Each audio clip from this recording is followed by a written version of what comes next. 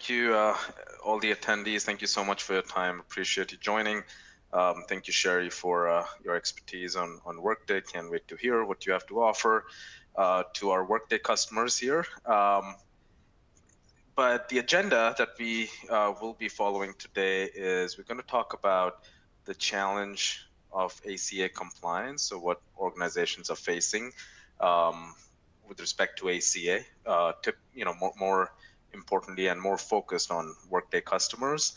We'll get into how, and Sherry will get into how you can manage ACA in the Workday system. We'll go through some process enhancements that are best practices, and including kind of sharing some best practices out there, and then just kind of get into the deadlines as we know that we're getting into the ACA season and deadlines are coming up. So we'll just look at some of those deadlines, and then we'll open it up for any Q&A. So the challenge that organizations are facing with respect to ACA compliance, it is complex. There's a lot of different moving parts, but here's kind of how we've narrowed it down. Where the key challenges really lie. Obviously, the biggest one is that there is understanding that ACA regulation, making sure that you're applying that regulation accurately to your organization, whether that is the look-back measurement, the monthly measurement, whether there's anything specific around you being an educational institution, applying the rule of parity. So all of that good, detailed, nuanced information in the 4980H regulation, that's definitely the top challenge for organizations. A lot of organizations face that issue. There's sometimes system issues, there's sometimes configuration issues. It's a combination of both of those, but really that regulation, the application of that regulation is the biggest challenge. Meeting critical deadlines. So, of course, as you know, that there's state filings that are there. There is IRS filing, there's print and mail, there's distribution. So there's all sorts of different deadlines. I remember that when we were doing this in 2015 and 2016, there pretty much used to be two deadlines, which was IRS filing and distribution deadline. And then all of a sudden you had these states come online. The first year was different deadlines. The second year onwards were different deadlines. So it does present some complexity there. Data accuracy, it's a big problem. So, your tax forms are going to be as accurate as your data. So a lot of organizations are facing that challenge, and we'll get into what some of those data quality issues really kind of look like. There's the integration challenges. So integration between, your different HR systems and the ACA system, and being able to connect that smoothly to the IRS as well as to different states. There's obviously challenges around that, and then there's the penalty risk challenges. So a lot of organizations, don't get visibility when they file with the IRS or the states, and we'll get into what that visibility should look like. But if you do get that visibility, and you look at those metrics, and you're like, oh look, I'm 100% compliance month after month. I'm doing great. I have no penalties. You can confidently go and communicate to leadership that there will be no surprises. Can't tell you how many times there's been situations where there's been lack of visibility. Organizations submitted to the IRS only to realize that there's a multi-million-dollar fine sitting when they come back to the office in a few months, right? So I've had organizations literally just tell me that hey, I went on vacation, came back, and on my desk was an IRS letter for a multi-million-dollar fine. And there's nothing wrong that the organization did. It just, there was no visibility, so you had no idea what was being filed with the IRS. And usually it's a configuration issue or some kind of system issue. And Sherry will get into how to best kind of configure the Workday system. But it's important to get that visibility before you file. And then finally, the teams that are usually focused on ACA are the benefits team. There is a lot of work on the benefits team, especially around this time. There's open enrollment going on. There's all sorts of different stuff going on, and just managing that workload with ACA can be very strenuous. So we've heard that oftentimes from organizations. So these are some of the key challenges. When we talk about employer segments, we have gone through, we've gone through and really identified that, broadly speaking, there's two different segments of employers. So if you do have variable hour workforce, you have part-time, you have seasonal employees, you definitely want to look into applying the look-back measurement and tracking this on a monthly basis, especially if you don't offer health insurance to every single employee, especially those seasonal, variable hour, part-timers. You don't offer health insurance that's affordable. You want to track this on a monthly basis, and then year-end, go ahead and report it with the different regulatory agencies. But then there's the segment two, where you probably have predominantly full-time employees. Everyone's offered super affordable health insurance. It all meets minimum value. Really, the challenge there is having a smooth yearly filing with the IRS and the states, and generation of the forms and distribution of the forms. So in that sense, like, usually a segment one, there are certain cases where a segment two employer may want to go the route of segment one, but generally speaking, these are the two employer segments that we've seen from an ACA perspective. Now, what are the key challenges? So if you're a segment one employer, again, you have variable hour, part-timers, seasonal employees, you need that look-back measurement, monthly tracking. Really, from a challenge perspective, we see that on a monthly, ACA tracking perspective, there's data challenges. So oftentimes we see the higher termination dates not matching up with the payroll data, not applying the rule of parity, not reconciling that with the 13-week rule or the 26-week rule. Not doing any of that can present a lot of challenges, because if you are applying that look-back measurement, the initial measurement period is a direct function of your hire and termination date. So if your hire and termination dates are incorrect, your initial measurement periods are probably going to be incorrect, which is that individual measurement period for each employee. There's tons of other things that we've seen, missing employment classification, and that can have a direct impact on how the look-back measurement is being applied. We've seen that issue too. There is common issues such as termination dates preceding hire dates. So obviously that needs to be corrected. Like I said, inaccurate application of rule of parity, incorrect application of the measurement methodology. We've even seen that initial measurement periods have not been applied where they should be applied. So these are some of the challenges. These slides will be shared after this, so that you'll have a full list of all the challenges, but just wanted to highlight a few. And then from an yearly perspective, we see, especially for organizations that are using the Workday system. Now, again, it could be a configuration issue where a lot of employees end up having, a lot of forms end up having missing line 16 codes for whatever reason. And line 16 is where you would populate for affordability, populate for enrollment, so that the IRS knows that, hey, you're offering affordable health insurance, you're offering enrollment, or they're enrolling in coverage. So we've seen missing line 16 codes. If you have multiple EINs within the organization, the overlap, the month where maybe an employee must be working for, both the EINs, somehow the codes get incorrectly coded for that particular month. So we've seen that too.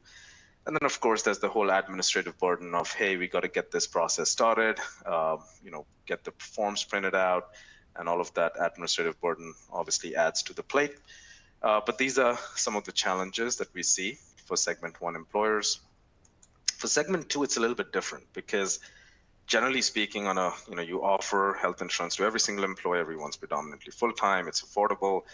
But then we see some of the common themes, like there may be missing line 16 codes, there may be missing line 15 information. We've seen that too. But the biggest one I would point out is that there is no visibility before you file with the IRS. So that becomes very critical. It's like filing your own individual taxes. You absolutely want to know, what you're filing with the IRS before you file it. So having that visibility becomes very critical. And then, of course, some of the common burden that segment 1 and segment 2 shares is the overall administrative burden that is required to file with the states, furnish the forms, et cetera, et cetera. So, moving on to why all of this is important to understand, right? Why is it that we want to understand what are the challenges for both segment 1 and segment 2?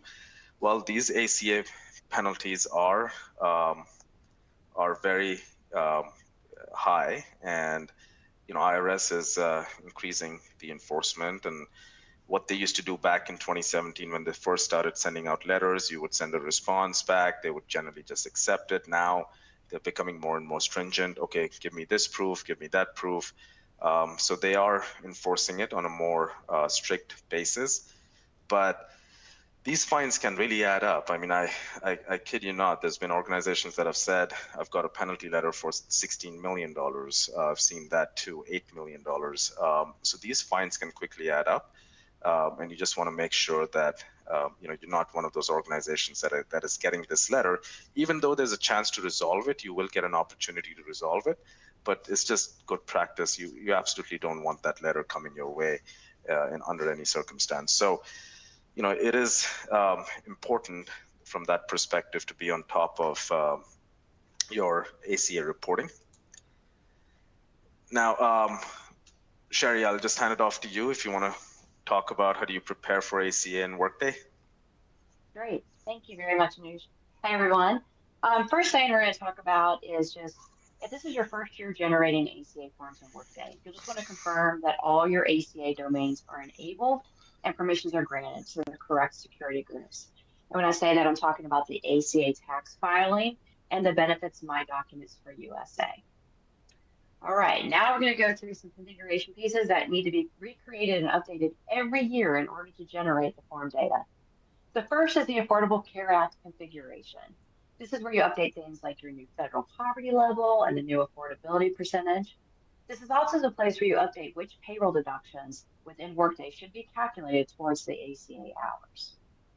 Next, you'll confirm and set up your 1094-C company configuration. Here, you'll update contact information that's sent to the IRS. You'll update any specific tuning rules to include or exclude populations from the ACA generation. Next, you'll review the ACA Safe Harbor configuration. We'll indicate which Safe Harbor rule applies for which months of the year. And then finally, you'll update your ALE group if it's applicable for you. Next slide, please. After the updates are complete, now you're ready to generate that data. First, you're going to calculate the 1094-C total and full-time employee counts by month for your 1094-C forms. You can review all those details on a report that's delivered in Workday called View 1094-C, FTE, and Total Count Details. If the counts are incorrect at all, they can be overwritten. We just edit the 1094-C company configuration based on the numbers that you think it should be on your review. From there, you'll start creating your 1095, 1094-C data. The 1094-C data can be reviewed using the very aptly named View 1094-C form data, and then the 1095-C data can be reviewed using the 1095-C form recipient data. These are all Workday delivered reports. They're available in your tenant. If any of the generated form data is incorrect or missing, you do have the capability to update any of that 1095-C form data, even create new 1095-C forms via an integration system, which if you're used to Workday, is known as an EIB. This allows us to correct generated data. We can add data that's not stored in the Workday system, such as specifically COBRA participants. As you know, Workday is not a COBRA administrative tool, so we do have to upload that information into Workday to generate the correct forms. If you have employees that were active during part of that year, you want to be careful. We don't want to overwrite that data with the COBRA data, so we take it and we merge it together to prepare those forms for those employees. After all the form data is verified, Workday can take that generated data, transfer it into a PDF, and you can see versions of that for the 1094-C and the 1095-C. These PDF forms are available to all your workers on their worker profile as well. They can see on their worker profile, like I said, and also through the new Benefits and Pay Hub. Next slide, please. All right, let's talk about our favorite time of year. We're right in the midst of it, open enrollment. What can we do right now to prepare for ACA? The number one thing is if you're introducing any new medical plans, you want to make sure to fill out all the ACA fields. As you can see on the right side of the slide, we have things like the ACA plan funding method, self-insured, fully funded, minimum value coverage, minimum essential coverage. These are all things we like to ideally have set prior to the start of the open enrollment. It does get missed, I have to say, but the good thing is we can easily go in and edit the medical plan effective date. So then we do that prior to generating the data. So we make sure all those fields are going to be filled out on your ACA form. Additionally, we'll want to ensure workers who are eligible for full-time ACA status are being offered the medical coverage during open enrollment. This may involve actually updating your benefit group or plan eligibility during this process. But of course, we want to run ACA measured workers reports prior to the start of open enrollment so we can confirm that all measured workers have the correct hours flowing through. And finally, we want to do our due diligence. We want to test these employees during open enrollment. You want to look at workers who are scheduled part-time but are ACA full-time eligible to make sure they're getting the proper open enrollment events. All right, next slide, please. So what needs to happen in order for us to be successful in generating the ACA data for employees? Some common questions I urge you to think about are, does the worker have medical coverage during the year? How do I know which coding is correct? Does the safe harbor apply in this situation? What was the minimum essential coverage offered? Workday generates the 1094, 1095C data using what exists for the worker in terms of the medical coverage history and the payroll hours that are stored within the system. Like I mentioned previously, employees can access a digital copy of their form directly in Workday. Workday also has integrations that connect us directly to the IRS and Trusaic to aid in the seamless data submission. Next slide, please. And now in news, we'll discuss best practices for both segments when using Workday. Thank you, Sherry. So, as Sherry mentioned, I mean, those are some great points to consider when you're working through this in the Workday platform. You know, just generally kind of speaking, think about, again, for the segment one, the best practice approach is to make sure that, you know, you're looking at this on a monthly basis. That's typically what organizations are doing, is looking at it on a monthly basis. Which includes, you know, you're reviewing your payroll benefits. A lot of organizations also leave out leave of absence data, which in the regulation is clearly called out when applying the measurement methodology. You have to account for leave of absence data. For educational institutions, you have to account for educational breaks in services. You know, so there is nuances in there. And then really on the end of the year process, you know, looking at making sure that your configurations are correct, following everything that kind of Sherry just told you before you file with the IRS. The only thing I would add to that is just make sure that you get visibility into what you're filing with the IRS and the states, right? So you want to just make sure that that happens. COBRA, of course, is a big file to include for sure. Like it has to be included for those of you that are self-funded. You definitely want to include the COBRA information in the forms, you know, for all individuals that are enrolled in the health insurance plan. So making sure that that is taken care of. But this would be an ideal approach that a lot of organizations that are segment one employers are following. For the segment two, typically, you know, so the way that organizations are looking at it, at least, you know, working with some of Workday partners, is that one of the big key items I would indicate is you set up your configuration in the Workday system, you generate all of your codes in the Workday system, the XML is generated in the Workday system, following all of the points that Sherry laid out. So you have all of that good configuration done, and then you generate that XML. Prior to transmitting that to the IRS, you want to just make sure that you can get that visibility, which we at Trusaic call the penalty risk assessment. And the penalty risk assessment really lays out for you what that XML is communicating to the IRS, whether you have any missing codes, whether you have code combination issues, whether there is any kind of issues with the codes that may result in 4980H A penalty or B penalties, and what is that penalty amount going to look like if you submit that XML as is. Now remember that for that penalty to be assessed, you just need one employee to trigger that by getting a premium tax credit. And if you're communicating to the IRS, again, due to configuration issues that, hey, we didn't meet that minimum threshold, and you report as is to the IRS, and let's say one employee was to go on the exchange and receive a premium tax credit, that would result in a penalty for all full-time employees that you would get in the letter from the IRS. And then you'll have to go through that whole process of appealing that letter, writing back to them, refiling it. And all of that needs to be done in the deadline that the IRS will communicate in that letter. Usually that deadline is 30 days. Sometimes they do grant an extension, but they're doing it less and less. So that's why it kind of becomes important to get that visibility. If you start to see a trend when you're getting that visibility, like, oh, most of the issues are coming out of like line 16 codes, affordability codes are missing. So maybe there's some problem with the configuration. So you want to go back into the Workday system, make sure that you follow all of the steps, and then reconfigure it, and then regenerate the XML, and then you have visibility, and now maybe everything is fixed. So you start to see trends when you run that kind of analytics. So that would be highly advisable for segment 2 employers.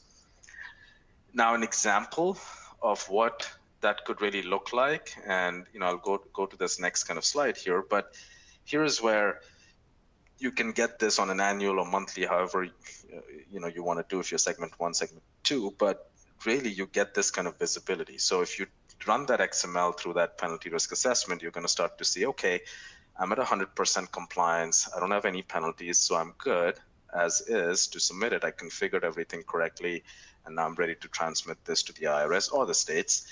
But if you have, and generally, if you run it and then you don't have it at 100%, but as an organization, you offer health insurance to pretty much every single employee, whether it's part-time or except for maybe interns, but maybe you offer coverage to part-timers, variable hour, full-timers, and they're all affordable. So you should technically be at 100%, but you're not. Then you can dig deeper into who is causing this problem, which employee, and then you'll start to see a trend. Maybe, like I said, it's configuration issues or some other kind of issues that may come to light as a function of this evaluation. So this would be an example of how you should think about that visibility, even if you build it in-house, however you want to look at it. But these are some of the items that you should absolutely look at before you file with the IRS. Getting into deadlines, Sherry, do you want to review this? Yeah, so this slide here is going to be provided to you. There are a couple key dates on here, and I will say the main one that everybody's kind of shooting for is that March 31st date, right? The deadline to electronically file the forms for 1094C and 1095C. It's also a state ACA reporting deadline for California, New Jersey, and Rhode Island. We do start all the work from Workday in mid-January. That's when all the configurations kind of been loaded in to allow us to do the next year's filing. So if you would like to use TopBlock to assist you with setting up your forms, generating your forms, our deadline is typically let us know by mid-January. So that makes sure we have enough time to assist you and get you across these deadlines. If you have never used TopBlock before but would like to this year, then we just ask that you reach out in mid-December. We'll start the conversations, and then we're prepared to start at the beginning of January. Because as you can see, we already have a January 31st deadline out there for California. Anush, do you have anything you'd like to add for the deadlines? No, I think that's great, Sherry. I mean, you'll get a copy of this, as Sherry said. If you need help from TopBlock, absolutely, those are the deadlines that needs to be followed. On Trusaic side, we don't have any deadlines to run that penalty risk assessment if need be. But these are on the screen. These are the deadlines that generally, you want to make sure that you're much in advance. You're kind of submitting all of this information and not really coming right up to the deadline, because it can get pretty crazy if there are issues that are identified.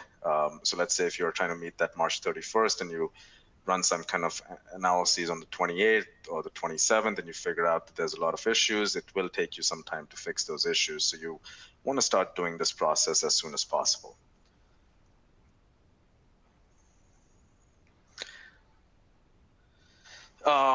Yeah, so I mean, closing thoughts, I would say, just really what you want to do as an employer is you want to make sure that your data is correct. That's number one. I mean, there's no getting around that. The data needs to be correct. You want to make sure that you're not missing any data, especially COBRA information. You're importing that into Workday and making sure that that is accounted for. For those of you that are segment one, definitely consider reviewing this on a monthly basis so that you have visibility. You can stop the bleeding just in case there are certain variable hour employees or part-timers that become full-time employees and you need to offer health insurance to them, but you don't. You can stop that bleeding immediately by making an offer of coverage to such employees that the measurement identifies as ACA full-time. For those of you that are segment two, I mean, you don't have to do the monthly compliance reviews at that point. But everyone, whether segment one or segment two, before you file it with the IRS, absolutely just cannot reiterate the importance of getting that visibility, the penalty visibility, the compliance visibility before you file it. And then finally, I would say, it is a lot of burden for benefit teams. So if you do want to leverage some support from Top Block or Trusaic, we're absolutely there to assist you. But those would be some of the closing thoughts here. Sherry, do you want to add something to that? I think you've covered everything now, right? Just make sure that you're keeping track of what you're doing throughout the year for your medical, that you're absolutely providing that opportunity to the people who qualify for it, maintaining your system, just kind of keeping as Anu said, you got to kind of look at it throughout the year, so you're not being blindsided at the end of the year and you got to make all these corrections because things weren't correct in the first place. But if you do need some assistance, like you said, Top Block and Trusaic are there to assist you. Fantastic. We'll open it up for any questions. Olivia, over to you. Are there any questions? Awesome. Yes. Thank you, Anuj. We're going to now begin answering questions submitted during today's presentation. You can still submit questions through the Q&A box on the left-hand side of the slides. Our first question today is, are there any additional steps we must consider if we have workers converted to part-time for a couple of months and we're eligible for medical coverage? From Olivia, can you repeat that question? Sorry, are there any additional steps we must consider if we have workers converted to part-time for a couple of months and we're eligible for medical coverage? So if you had part-time workers if they're converting to part-timers but they were eligible for benefits, not necessarily. I mean, you could, it's a company decision at that point whether you want to rescind the offer of coverage. Typically, we don't see that happening. So you kind of maintain that offer of coverage. From a final status determination standpoint, there are standard stability periods and initial stability periods where on the back end of the system, it'll kind of lock that status. So what does that mean? Well, if you have an employee in standard stability period, for example, and during that standard stability period, and this is true for if you're applying look-back measurement, and an employee just decides during that standard stability period, which could be the calendar year, that, hey, I'm going to go start working part-time. Well, the status will not change because they're actually locked into a standard stability period. So for reporting to the IRS, the status will still be ACA full-time, but internally, the employee may be now a part-time employee in the internal system. So that's the difference there. So from a reporting standpoint, you're still going to have to report that employee as an ACA full-time, but again, internally, that employee may be a part-time. Now, because you're maintaining benefits, it doesn't matter from that standpoint, but just from an accurate reporting standpoint, that would be the status that you would have to report them. Thank you, Anuj. Another question we got is, can ACA reporting be done with Workday alone, or must a partner be used? Sherry, you want to take that? Yeah, I'll take that one. Yeah. So you technically don't need a partner. We're here to assist you. I mean, this past ACA season, I had ones where I did all the work, and others where I was just there to answer questions as they were going through the process.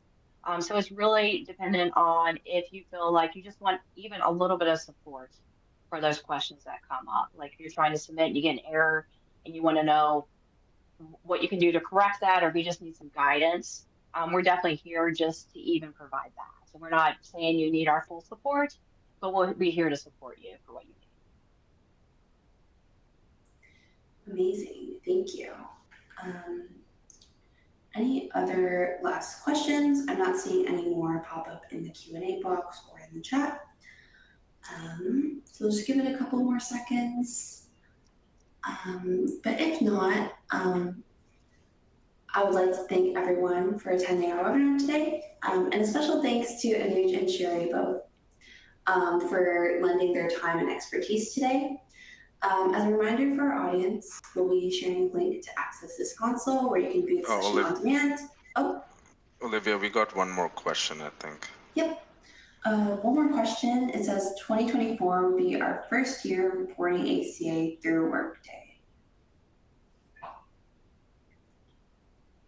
So I think it's in context with, can ACA reporting be done in Workday alone, considering that it's the first year that they're going to be reporting through Workday. Sherry, do you want to just answer that one?